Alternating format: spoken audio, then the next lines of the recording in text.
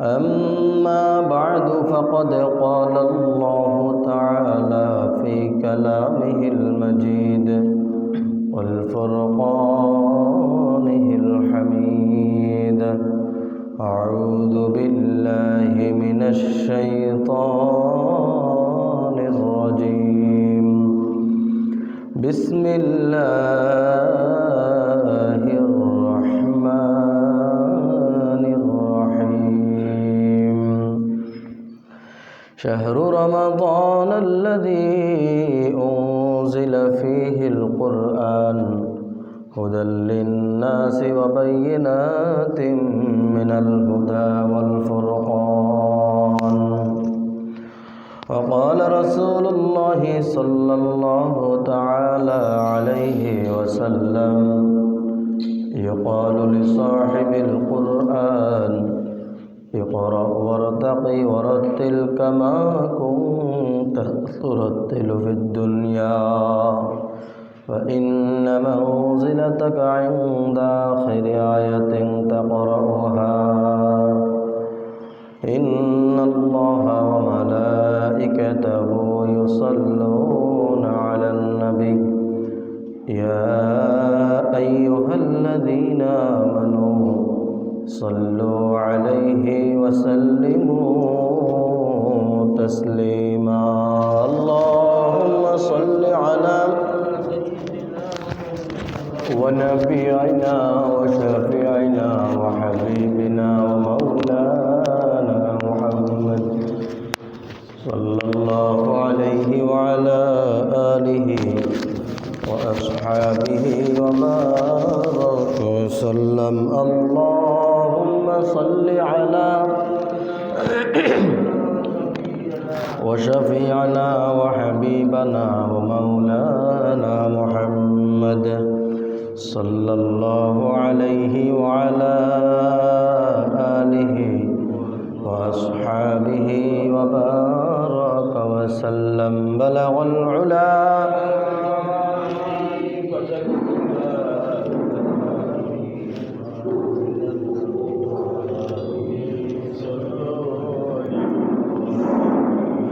هو الحبيب الذي ترجى شفاعته لكل حول من الأهوال مقتحم. بلغ العلا حسنت جميع خصاله صلوا عليه وآله. لا إله إلا الله لا إله إلا الله لا إله إلا الله لا إله إلا الله لا إله إلا الله محمد رسول الله صلى الله عليه وسلم. মুআজ্জাজ হাজিরিন, আল্লাহ তাআলার দরবারে লাখ কোটি শুকর যে মহান রব্বুল আলামিন আমাদেরকে পবিত্র মাহে রমজান মাসের প্রথম জুমায়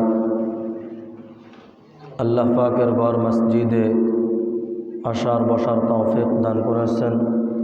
এজন্য আমরা আল্লাহ তাআলার শুকরিয়া আদায় করি, আলহামদুলিল্লাহ। রমজান মাস ফজিলতের মাস, নেকি কামাইয়ের মাস, আমলনামা ভারী করার মাস। সুবহানাল্লাহ বলেন। অল্পতেই অনেক, আমল কম হলেও সওয়াব কম না বেশি? বেশি। 1 গুণ 2 গুণ নয়, 70 থেকে 7000 পর্যন্ত আমল আল্লাহ তাআলা বৃদ্ধি করেন। সুবহানাল্লাহ। এক একটা আমলের বিনিময়ে আল্লাহ রাব্বুল আলামিনের দরবারে শুকরিয়া আদায় করছি। আল্লাহ তাআলা আমাদেরকে আগে আসার তৌফিক দিয়েছেন, এই জন্য আবারও শুকরিয়া আদায় করি, আলহামদুলিল্লাহ। আল্লাহ রাব্বুল আলামিন পৃথিবীর জমিনের মধ্যে 1 লক্ষ কিংবা 2 লক্ষ নবী রাসূল প্রেরণ করেছেন। আল্লাহ তাআলার আসমানে কিতাব নাজিল করেছেন 100-র উপরে। এই 104খানার কথা আছে, আবার এর থেকে বেশি কথা আছে। বড় বড় 4টি কিতাব 4 জনের উপরে নাজিল করেছেন। সর্বশেষ কিতাবের নাম কোরআনুল কারীম, কোরআন শরীফ, কোরআন মাজিদ। এই কোরআনুল কারীম আল্লাহ রাব্বুল আলামিন কখন নাজিল করেছেন? নির্ধারিত সময়সীমা ছিল, কিন্তু আল্লাহ তাআলা এই কোরআনুল কারীমকে রমজান মাসে নাজিল করেছেন। সুবহানাল্লাহ বলেন। দুনিয়ার জমিনের মধ্যে দীর্ঘ 27 বছর, 23 বছর, দীর্ঘ 23 বছরের মধ্যে বিস্তার করেছেন। এই কোরআনুল কারীম যেই মাসে আল্লাহ তাআলা নাজিল করেছেন ওই মাসের সম্মান কম না বেশি? সুবহানাল্লাহ বলেন। এই সম্মান মাসের সাথে সম্পৃক্ত হওয়ার কারণে মাসের সম্মান। সুবহানাল্লাহ। এই কোরআনুল কারীম দুনিয়ার জমিনের মধ্যে আল্লাহ তাআলা সরাসরি পাঠান নাই, মাধ্যম করেছেন। সেই মাধ্যম কাকে করেছেন? জিবরাইল আলাইহিস সালামকে। সুবহানাল্লাহ বলেন। জিবরাইল আলাইহিস সালাম নুজুলে কোরআনের সাথে সম্পর্ক হওয়ার কারণে অসংখ্য অগণিত ফেরেশতাদের মধ্যে সর্বসম্মানিত ফেরেশতা হিসাবে সুবহানাল্লাহ ঘোষণা করা হয়েছে। সুবহানাল্লাহ। এজন্য মাসের সাথে সম্পর্ক হওয়ার কারণে মাসের দাম কমছে না বাড়ছে? বাড়ছে। মাধ্যম হিসাবে জিবরাইল আলাইহিস সালামের সাথে সম্পর্ক হওয়ার কারণে জিবরাইল আলাইহিস সালামের সম্মান কমছে না বাড়ছে? বাড়ছে। সুবহানাল্লাহ। এবার যার উপরে নাজিল করেছেন তার নাম কি?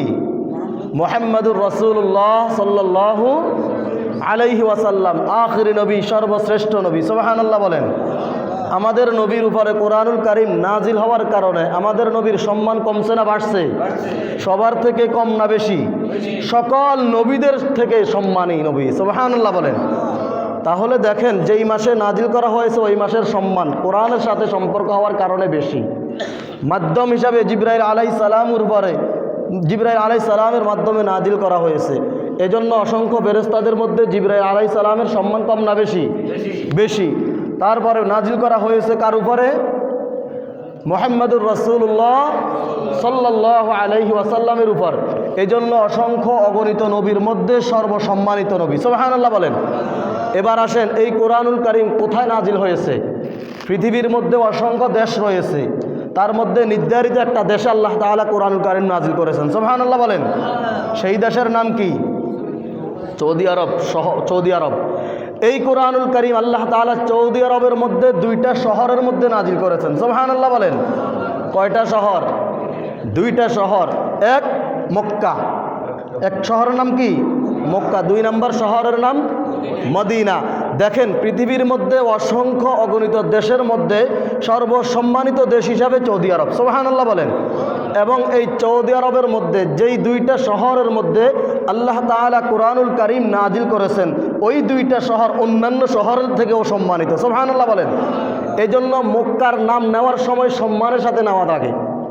মক্কাতুল মুনাওয়ারা বলা লাগে, মক্কাতুল মুকাররমা। সুবহানাল্লাহ বলেন। সম্মানিত শহর। সুবহানাল্লাহ।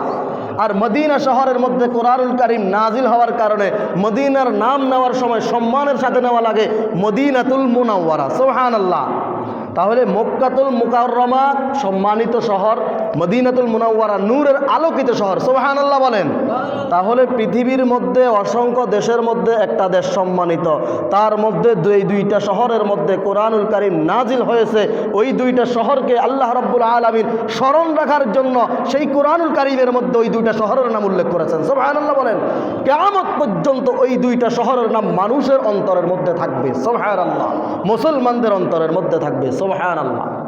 এবার আসেন এই কোরআনুল কারীম শুরু থেকে যেখান থেকেই শুরু হয়েছিল, যার যার সাথে সম্পর্ক হয়েছে তার তার সম্মান আল্লাহ তাআলার দরবারে কমছে না বাড়ছে? বাড়ছে। সুবহানাল্লাহ। শহরের মধ্যেও বাড়ছে। এবার এই কোরআনুল কারীম যার সিনার মধ্যে থাকবে তার সম্মান কম না বেশি? সুবহানাল্লাহ। এই কোরআনুল কারীমের মধ্যে 30 পারা রয়েছে। পৃথিবীর মধ্যে অনেক দামি কাপড় রয়েছে, অনেক দামি কাপড় দিয়ে আমরা জামা সেলাই করি, এই জামা পরিধান করি। এই জামা যখন আপনার আমার চোখের সামনে পড়ে যায়, নিজের পায়ের সাথে লেগে যায়, অনেক সময় জামার সম্মানের টাকার দিকে তাকাইয়া জামার সম্মানের সাথে চুমু খাই না, কিন্তু অল্প কয়েক টাকা দামের যদি একটা জুরদানও এই কোরআনের সাথে সম্পর্ক হয়, তাহলে ওই জুরদান পায়ের সাথে লাগার সাথে সাথে আপনি চুমু দেন। সুবহানাল্লাহ বলেন। সম্মান বেশি হওয়ার কারণে কত দামি দামি কাঠ দিয়ে আমরা খাট তৈরি করি, কত দামি দামি কাঠ দিয়ে আমরা শোকেস তৈরি করি, চেয়ার তৈরি করি। ওই চেয়ারের মধ্যে, খাটের মধ্যে, ওই দামি দামি কাঠের টুকরার মধ্যে যদি আমাদের পা লাগে, আমরা সম্মান করি না, আমরা চুমু খাই না। কিন্তু অল্প দামি মাত্র তুলার গাছের কাঠ দ্বারাও যদি কোরআনুল কারীমের রেহাল তৈরি করে ওই কোরআনুল কারীমের সাথে সম্পর্ক হয়, ওই টুকরাটা আপনার আমার পায়ের সাথে লাগার সাথে সাথে আপনি আর আমি সাথে সাথে কি করি? চুম্বন করি, না জানি আমার আপনার বেয়াদবি হয়ে গেছে। সুবহানাল্লাহ। এজন্য এই কোরআনুল কারীমের সাথে সম্পর্ক পৃথিবীর শুরু থেকে, যেইখান থেকেই শুরু হয়েছিল এখন পর্যন্ত যত জায়গায় কোরআনুল কারীমের সম্পর্ক হয়েছে, প্রত্যেকটা জায়গার সম্মান আল্লাহ রাব্বুল আলামিন বৃদ্ধি করে দিয়েছেন। সুবহানাল্লাহ। আল্লাহ রাব্বুল আলামিন বাড়িয়ে দিয়েছেন। সুবহানাল্লাহ। আল্লাহ রাব্বুল আলামিন কোরআনুল কারীমের মধ্যে রমজান মাস সম্পর্কে, কোরআনুল কারীম সম্পর্কে ইরশাদ করেন, শাহরু রমাদানাল্লাযী উনজিলা ফীহিল কুরআন। আল্লাহ রাব্বুল আলামিন জানায়া দেন, আমি এই কোরআনুল কারীমকে রমজান মাসে নাজিল করেছি। সুবহানাল্লাহ। রমজান মাসে যে কোরআনুল কারীম নাজিল হয়েছে, এটা আপনার আমার কথা নয়, এটা কার কথা? আল্লাহ রাব্বুল আলামিনের কথা। কেন রমজান মাসে এই কোরআনুল কারীম নাজিল করেছেন? আল্লাহ রাব্বুল আলামিন জানায়া দেন, হুদাল লিন্নাস। এই কোরআনুল কারীম মানুষের হেদায়েতের জন্য নাজিল করা হয়েছে। সুবহানাল্লাহ। ওয়া বাইয়িনাতিন মিনাল হুদা ওয়াল ফুরকান। আল্লাহ রাব্বুল আলামিন জানায়া দেন, এই কোরআনুল কারীমের মাধ্যমে মানুষ সত্য মিথ্যা যাচাই করে জীবন যাপন করতে পারবে। সুবহানাল্লাহ। এজন্য কোরআনুল কারীমের প্রথম সূরার নাম সূরা ফাতিহার পরের সূরার নাম সূরা বাকারা। সূরা বাকারার শুরুতে আল্লাহ রাব্বুল আলামিন জানায়া দেন, যালিকাল কিতাবু লা রাইবা ফী। এই কিতাবের মধ্যে কোনো সন্দেহ নাই, সন্দেহ করলে ঈমান থাকবে না। আল্লাহ তাআলা জানায়া দেন, হুদাল লিল মুত্তাকিন। এই কিতাব মুত্তাকিনদের জন্য হেদায়েত। সুবহানাল্লাহ বলেন। কারা মুত্তাকিন? আল্লাহ তাআলা পরের আয়াতের মধ্যে জানায়া দেন, আল্লাযীনা ইউমিনুনা বিল গায়ব। যারা দৃশ্যের প্রতি বিশ্বাস রাখবে। আল্লাহ তাআলা আসমান সৃষ্টি করেছেন, জমিন সৃষ্টি করেছেন, জান্নাত জাহান্নাম আমরা দেখি নাই, এই কোরআনুল কারীমের দিকে নজর করে আমরা বিশ্বাস করি। সুবহানাল্লাহ বলেন। এজন্য আল্লাহ তাআলা বলেন, আল্লাযীনা ইউমিনুনা বিল গায়ব ওয়া ইউকিমুনাস সালাহ। এবং দুনিয়ার জমিনের মধ্যে সালাত কায়েম করে। সুবহানাল্লাহ। তারাই মুত্তাকিনদের পরিচয় লাভ করবে। সুবহানাল্লাহ। ওয়া ইউকিমুনাস সালাহ ওয়া মিম্মা রাযাকনাহুম ইউনফিকুন। আল্লাহ রাব্বুল আলামিন জানায়া দেন, এবং কি আমি আল্লাহ তাআলা তাদেরকে যেই রিজিক দান করেছি, যেই সম্পদ দান করেছি, ওই সম্পদ থেকে আমি আল্লাহ তাআলার রাস্তায় খরচ করি। সুবহানাল্লাহ। তারাই হচ্ছে তাকওয়াবান, তারাই হচ্ছে পরহেজগার, তারাই হচ্ছে মুত্তাকিন। সুবহানাল্লাহ বলেন। এই জন্য আল্লাহ তাআলা কোরআনুল কারীমের মধ্যে জানায়া দেন, পূর্বের আয়াতের মাধ্যমে আমরা এই আলোচনাটা শুনেছি। আল্লাহ তাআলা বলেছেন, এই রমজান মাসের রোজা তোমাদের পূর্বের লোকদের উপর ফরজ করা হয়েছে। কেন ফরজ করা হয়েছে? লাআল্লাকুম তাত্তাকুন। যাতে করে এই রমজান মাসের রোজার মাধ্যমে তোমরা তাকওয়া অবলম্বন করতে পারো। সুবহানাল্লাহ। এই তাকওয়াটা শুধু রমজান মাস দিয়েই শেষ নয়। জীবনের প্রত্যেকটা মুহূর্তে, প্রত্যেকটা কাজের মধ্যে আপনার আমার অন্তরের মধ্যে ভয় থাকা দরকার আছে না নাই? দরকার আসেনি? এজন্য আল্লাহর রাসূল সাল্লাল্লাহু আলাইহি ওয়াসাল্লামের সাহাবী আলী রাদিয়াল্লাহু তাআলা আনহুর কাছে এক ব্যক্তি এসে জিজ্ঞাসা করলেন, ও আল্লাহর নবীর জামাত, আল্লাহর নবীর সাহাবী, তাকওয়া কি? তাকওয়া সম্পর্কে আমাদেরকে একটু শোনায়া দেন। আল্লাহ তাআলা রমজান মাসের সাথে তাকওয়ার সম্পর্ক করেছেন। রমজান মাসের রোজার মাধ্যমে বান্দাবান্দি তাকওয়া অবলম্বন করতে পারবে। এখন এই তাকওয়াটা আমরা রমজান মাসের রোজার মাধ্যমে কি শেষ করব না? প্রত্যেকটা কাজের মধ্যে কিভাবে তাকওয়া অবলম্বন করব আপনি আমাদেরকে জানাইয়া দেন। তখন আলী রাদিয়াল্লাহু তাআলা আনহু তাকওয়া সম্পর্কে 4টা কথা বলেছেন। কয়টা কথা? যেই ব্যক্তি এই 4টা কথার দিকে নজর দেবে, সে পরিপূর্ণ তাকওয়াবান হয়ে যাবে। সুবহানাল্লাহ। এক নাম্বার বলেছেন আল খাউফু মিনাল জাবিল। এক নাম্বার যারা দুনিয়ার জমিনের মধ্যে যেই কোনো কাজ করবে, যেই কোনো পথে চলবে, যেই কোনো জায়গায় থাকবে, সদা সর্বদা একজনকে ভয় করবে, তিনি কে? আল্লাহু আকবার, সুবহানাল্লাহ বলেন। সদা সর্বদা আল্লাহ তাআলাকে ভয় করার নাম এক নাম্বার তাকওয়ার অন্তর্ভুক্ত। এখন রমজান মাসের রোজার মাধ্যমে আমরা তাকওয়া অবলম্বন করি, কিন্তু আরও অনেক আমল রয়েছে যে আমলগুলোর সময় আমরা তাকওয়া অবলম্বন করতে পারি না। আমরা মানুষকে ধোঁকা দেওয়ার জন্য আমরা নজর কেড়ে নেই, আছে না নাই? যদি প্রত্যেকটা কাজের মধ্যে তাকওয়া অবলম্বন করত, তাহলে মানুষ কঠিন কালো ঘুষের সাথে সম্পর্ক করত না। যদি প্রত্যেকটা কাজের মধ্যে মানুষ তাকওয়া অবলম্বন করতে পারত, তাহলে মানুষ কঠিন কালেও জীবন চলে যাবে, তারপরও এক টাকা হারামের মধ্যে হাত দিত না। এই জন্য আলী রাদিয়াল্লাহু তাআলা আনহু বলেন, জীবনের প্রত্যেকটা কাজের মধ্যে ভয় করতে হবে কাকে? আল্লাহ তাআলাকে। এই হচ্ছে এক নাম্বার তাকওয়া। দুই নাম্বার নাম হচ্ছে আল আমালু বিত-তানজিল। দুই নাম্বার তাকওয়া হলো কোরআন অনুযায়ী জীবনকে পরিচালনা করা। নিজের মন গড়া নয়, সমাজ করে আমিও করব না, হবে না। আল্লাহ নিষেধ করেছেন, আল্লাহর রাসূল নিষেধ করেছেন, এই কথার দিকে নজর দিয়ে কোরআনুল কারীম মোতাবেক নিজের জীবন পরিচালনা করার নাম তাকওয়া। সুবহানাল্লাহ। এ হচ্ছে দুই নাম্বার। তিন নাম্বার আল কনাআতু বিল কলিল। আল্লাহ রাব্বুল আলামিন আপনাকে যা দিয়েছেন তার উপরে সন্তুষ্ট থাকা। সুবহানাল্লাহ বলেন। আমাদের মধ্যে তো এমন লোক দেখা যায় যে আল্লাহ তাআলা আমাকে দেন নাই, অমুককে দিয়েছে, তমুককে দিয়েছে, অমুক তমুকের হিংসায় জ্বলে পড়ে শেষ, আছে না নাই? এজন্য হিংসার কারণে তার আরো কমে যায়, বৃদ্ধি হয় না। এজন্য আলী রাদিয়াল্লাহু তাআলা আনহু বলেন, আল কনাআতু বিল কলিল। আল্লাহ তাআলা তোমাকে যতটুকু দান করেছে ততটুকুর পরে সন্তুষ্ট থাকার নাম তাকওয়া। সুবহানাল্লাহ বলেন। মুত্তাকিনের পরিচয় হচ্ছে ততটুকুর উপর সন্তুষ্ট থাকা। চার নাম্বার ওয়াল ইস্তিআদাতি লিয়াউমির রহিম। আলী রাদিয়াল্লাহু তাআলা আনহু বলেছেন, চার নাম্বার হলো পরকালের দিনের জন্য প্রস্তুতি নেওয়া। এই দিন দিন নয়, আরও দিন আছে না নাই? আমার আপনার জীবনের শেষ হওয়ার পরে আবার শুরু আছে। এই জীবনের শেষ হওয়ার পরে আবার কি আছে? শুরু আছে। আমি আর আপনি যদি মনে করি আমার জীবনের শেষ মানে সব শেষ, না, হবে না। আপনার দুই চক্ষু বন্ধ হওয়ার পরেই যেই জীবন শুরু হবে, ওই জীবনের শুরু আছে, শেষ নাই। আর দুনিয়ার জিন্দেগির শুরু আছে, শেষও আছে। এখন আমরা কি স্থায়ী জীবনের প্রাধান্য দিব না অস্থায়ী জীবনের প্রাধান্য দিব? স্থায়ী জীবন অর্থাৎ পরকালের জীবনের প্রাধান্য দিতে হবে। সুবহানাল্লাহ বলেন। এজন্য আল্লাহর রাসূল সাল্লাল্লাহু আলাইহি ওয়াসাল্লাম বলেন, এই রমজান মাসের সাথে যেই কোনো বিষয়ের সাথে সম্পর্ক হয়েছে, প্রত্যেকটা বিষয়ের সম্মান আল্লাহ রাব্বুল আলামিন বৃদ্ধি করে দিয়েছেন। সুবহানাল্লাহ। এই রমজান মাসের মাধ্যমে যারা তাকওয়া অবলম্বন করবে, তারা দুনিয়ার জমিনের মধ্যে প্রত্যেকটা কাজের মধ্যে তাকওয়া অবলম্বন করে চলবে। সুবহানাল্লাহ।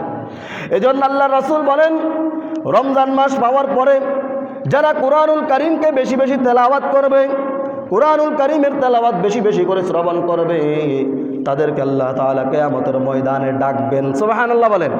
কি বলবেন? ইয়াকালু লিসাহিবিল কুরআন। ও দুনিয়ার বান্দা বান্দিরা, দুনিয়ার মানুষ, তোমরা কোরআনুল কারীমের তেলাওয়াত শুরু করে দাও। সুবহানাল্লাহ বলেন। কেমন তেলাওয়াত করবা? ইকরা ওয়ারতাকি ওয়ারাত্তিল কামা কুনতা তুরাত্তিলু ফিদ দুনিয়া। দুনিয়ার জমিনের মধ্যে যেইভাবে তার তেলের সাথে কোরআনুল কারীম তেলাওয়াত করেছো, সুবহানাল্লাহ, তেলাওয়াত করো। আর তোমার আসনের উপরে উঠতে থাকো, উঠতে থাকো। কোথায় তোমার আসন শেষ হবে আল্লাহ তাআলা জানায়া দেন, আল্লাহর রাসূল জানায়া দেন, ফা ইন্না মানজিলাতাকা ইনদা আখির আয়াতিন তাকরাউহা। তোমার আয়াত যখন শেষ হবে, সেখানেই তোমার জান্নাতের বসবাস হবে। সুবহানাল্লাহ। সকলের উপরে তোমার সম্মান থাকবে। সুবহানাল্লাহ। এজন্য কোরআনুল কারীম যেই কোনো জায়গায় লেগেছে, যেই কোনো সময়ের সাথে লেগেছে, যেই কোনো মাসের সাথে লেগেছে, বিশেষ করে 12টি মাসের মধ্যে রমজান মাসের সাথে লাগার কারণে কোরআনুল কারীমের সম্মান বাড়ছে না কমছে? বাড়ছে।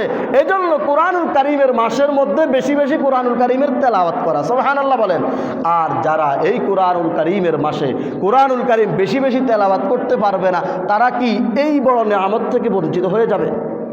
আল্লাহ রাসূলের কাছেও তো একদল লোক এইভাবে প্রশ্ন করেছেন, একদল সাহাবায়ে কেরাম এভাবে প্রশ্ন করছেন, হে আল্লাহ রাসূল, আমরা সবাই তো কোরআনুল কারীম তার তিলের সাথে পড়তে পারবো না, তাহলে আমরা কি এই মহামূল্যবান সম্পদ থেকে মাহরুম হব? তখন আল্লাহ রাসূল কি বলেছেন, না, কখনো না। তুমি তেলাওয়াত করতে পারো না, তোমার পাশে যারা তেলাওয়াত করতে পারে তাদের সামনে বসো, সুবহানাল্লাহ বলেন। সেই লোকটা তেলাওয়াত করে যেই পরিমাণ সওয়াবের ভাগ্যবান হবে, তুমি তেলাওয়াত অন্তর থেকে শোনার কারণে আল্লাহ রাব্বুল আলামিন তোমার আমলনামায় সমান সওয়াব দান করবে। সুবহানাল্লাহ। লাভ না লস? লাভ না লস? এখন যে মাস চলতেছে এই মাস রমজান মাস, আমরা সবাই জানি রমজান মাস যখন শুরু হয় তখন মোটামুটি আলহামদুলিল্লাহ চতুর্দিক থেকে অসংখ্য মুসল্লি মসজিদমুখী হয়ে যায়, কিন্তু এই সৌন্দর্যটা 1-2 দিনের বেশি থাকে না। এটা আমাদের দুর্ভাগ্য, নাউজুবিল্লাহ বলেন। কারণ রমজান মাসের ফজিলত শুধু প্রথম দিন শেষ নয়, রমজান মাসের চন্দ্র যখন উঠে তখন যেইভাবে ফজিলত শুরু হয়, ওই ফজিলত শাওয়াল মাসের চন্দ্র উঠা পর্যন্ত থাকে। সুবহানাল্লাহ বলেন। 170 আল্লাহ রাসূল বলেছেন কি, হাদিসের মধ্যে বলেছেন, মান ক্বারা হারফাম মিন কিতাবিল্লাহ তাআলা ফালাহু হাসানা ওয়াল হাসানাতু বিআশরি আমসালিহা। রমজান মাসের বাহিরে কোনো ব্যক্তি যদি কোরআনুল কারীমের একটি হরফ তেলাওয়াত করে, একটি হরফের বিনিময়ে আল্লাহ তাআলা একটা নেক দেন, যেই নেকের ওজন 10টা নেকের সমান। সুবহানাল্লাহ। আর যেই ব্যক্তি রমজান মাসে একটি হরফ তেলাওয়াত করবে, তার আমলনামায় আল্লাহ রাব্বুল আলামিন 70 থেকে 7000 পর্যন্ত নেকি দান করেন। সুবহানাল্লাহ। তাহলে নেকির ভান্ডারের মাসে আমরা প্রথম ধাপে আমরা যেইভাবে আকর্ষণীয় হইয়া মসজিদমুখী হই, পরবর্তীতে আর আমাদেরকে মসজিদে দেখা যায় না। যাই হোক, এ বিষয়ে কথা বলার পূর্বে আরও একটি কথা আমরা বলি। আল্লাহ রাসূল আল্লাহ রাব্বুল আলামিন কি বলেছেন, ওয়া ইউকিমুনাস সালাহ ওয়া মিম্মা রাযাকনাহুম ইউনফিকুন। মুত্তাকিন হবে তারা যারা সালাত কায়েম করবে, এবং আমি আল্লাহ তাআলা তাদেরকে যেই সম্পদ দান করেছি এই সম্পদ থেকে আমি আল্লাহ তাআলার রাস্তায় খরচ করবে। সুবহানাল্লাহ। তারাই হবে প্রকৃত মুত্তাকি। এখন আমরা সব কিছু আল্লাহর জন্য করি, কিন্তু যখন আমার পকেটের টাকার ব্যাপার আসে তখন আমি একটু পিছপা হয়ে যাই, কারণ এখানে আল্লাহ তাআলার বিধান সবচেয়ে কঠিন বিধান। নামাজ একটু পড়েন নাই, আল্লাহ যদি ইচ্ছা করেন আপনাকে মাফ করে দিতে পারবেন। সুবহানাল্লাহ বলেন। পড়তে পারেন নাই যেই কোনো কারণবশত, আল্লাহর দয়ার মাধ্যমে, আল্লাহর রহমতের মাধ্যমে আল্লাহ তাআলা আপনাকে ক্ষমা করতে কি পারবেন। কিন্তু আল্লাহ তাআলা যে আপনার উপরে অন্যের হক রেখেছে, গরিব মিসকিনের এতিমের হক রেখেছে, ওই হক যদি আপনি পালন না করেন তাহলে আল্লাহ তাআলা আপনাকে জাহান্নামে নিক্ষেপ করবেন। আউযুবিল্লাহ। তাহলে যত আমল করবেন লাভ হবে না, যত আমল করবেন কি লাভ হবে না। আল্লাহ তাআলা তখন কিয়ামতের ময়দানে আপনাকে প্রশ্ন করবে, এই হকটা তো আমার ছিল না, যাও তাদের কাছে মাপ চাও। তখন তারা তো নিজেরাই হাহাকারি করতে থাকবে নিজেদেরকে নিয়ে নিজে, তখন তারা কীভাবে মাপ করবে? তারা হাসরের ময়দানে মাপ করবে না, বলবে আমার হক আমাকে এখন দাও। দুনিয়াতে দাও নাই, আল্লাহ তাআলা আমাকে মেসকিন করেছেন, আল্লাহ তাআলা আমাকে এতিম করে দিয়েছেন, তোমার চোখের সামনে আমি এতিম অবস্থায় ছিলাম, মেসকিন অবস্থায় ছিলাম, তুমি আমার খবর রাখতে পারো নাই, এখন আমাকে নেক দাও। তখন কিছু করার থাকবে না। এই জন্য আল্লাহ রাসূল আল্লাহ রাব্বুল আলামিন যখন মদিনাতে দুর্ভিক্ষ দেখা দিয়েছে, আল্লাহ রাসূল আল্লাহ তাআলা সংবাদ প্রেরণ করেছেন, খুয মিন আমওয়ালিহিম সাদাকা। হে রাসূল, আপনি ধনাঢ্য লোকদের দিকে তাকান, যারা ধনাঢ্য লোক তাদের দিকে কি নজর দেন এবং সদকা আদায় করেন। সুবহানাল্লাহ বলেন। কি আদায় করেন? সদকা আদায় করেন, আদায় করে গরিবদের মাঝে বন্টন করে দেন। সুবহানাল্লাহ বলেন। তখন আল্লাহর রাসূল আল্লাহ তাআলা জানিয়ে দিয়েছেন, এই ধনাঢ্য লোকদের কাছ থেকে যখন গরিবদের মাঝে বন্টন করা হবে, এর মাধ্যমে কি হবে? আল্লাহর রাসূলকে আল্লাহ তাআলা জানিয়ে দেন তাদের ঈমান মজবুত হয়ে যাবে। সুবহানাল্লাহ বলেন। তাদের অন্তর মজবুত হয়ে যাবে, তাদের অন্তর প্রসিদ্ধ হয়ে যাবে। আল্লাহ তাআলা তাদের উপরে যদি অসন্তুষ্ট থাকে সন্তুষ্ট হয়ে যাবে। সুবহানাল্লাহ। তখন আল্লাহর রাসূল সাহাবায়ে কেরামদেরকে এই সদকা এবং যাকাতের ব্যাপারে কথা বলতে গিয়ে একটা উদাহরণ দিয়েছেন, যে কোনো ব্যক্তিকে যদি মারার জন্য এইভাবে হাতগুলো ঘাড়ের সাথে বেঁধে রাখা হয়, হাতগুলো কিসের সাথে? ঘাড়ের সাথে বেঁধে রেখে তাকে হত্যা করবে এমন অবস্থা রেখে তাকে বলে তোমার যত ধন সম্পদ আছে সব কিছু আমাকে দাও। এখন সে কি করবে? তখন সাহাবায়ে কেরাম বলেছেন, ইয়া রাসূলুল্লাহ, ইয়া হাবিবাল্লাহ, সে জীবন বাঁচানোর জন্য তখন বলবে কি, আমার যত ধন সম্পদ আছে আমি তোমাকে দিয়ে দিলাম, তারপরও আমার জীবন তুমি বাঁচিয়ে দাও। কি বলবে? তার আল্লাহ রাসূল উদাহরণ দিয়েছেন, তারপরে সে জীবন নিয়ে পেরেশান থাকবে জীবন বাঁচানোর জন্য। তদ্রুপভাবে আল্লাহ রাসূল বলেছেন, এই সদকা এবং যাকাতের মাধ্যমে আল্লাহ তাআলা তাদের এই মৃত্যুমুখী, যেমন দুনিয়াতে বাঁচার জন্য সে কাকুতি মিনতি করবে, কিয়ামতের ময়দান এমন পরিস্থিতি থেকে আল্লাহ তাআলা তাদেরকে মুক্ত করে দিবেন। সুবহানাল্লাহ বলেন। এজন্য কথা আর লম্বা করব না। আপনাদেরই এলাকা, আমরা হচ্ছি মুসাফিরের মতোই, আমরা আজ আছি কাল নাই, কিন্তু এলাকা আপনার, মসজিদ আপনাদের, মাদ্রাসা আপনাদের, সব কিছু আপনাদেরই। আপনাদের অবদানের মাধ্যমে আল্লাহ ব্যবস্থা করেছেন। আল্লাহ রাসূল সাল্লাল্লাহু আলাইহি ওয়াসাল্লামের একটি হাদিসের মধ্যে আল্লাহ রাসূল বলেছেন, ওই জায়গা সবচেয়ে সম্মানিত জায়গা যেখানে শিক্ষা এবং সেজদার জায়গা। সুবহানাল্লাহ বলেন। ইলম অর্জন করার জায়গা এবং সেজদার জায়গা, দুইটার জায়গার মূল্য আলাদা আলাদা।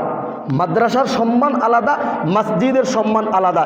এক সূত্রে মাদ্রাসার সম্মান বেশি, আরেক সূত্রে মসজিদের সম্মান বেশি। কেন মাদ্রাসার সম্মান এক সূত্রে বেশি?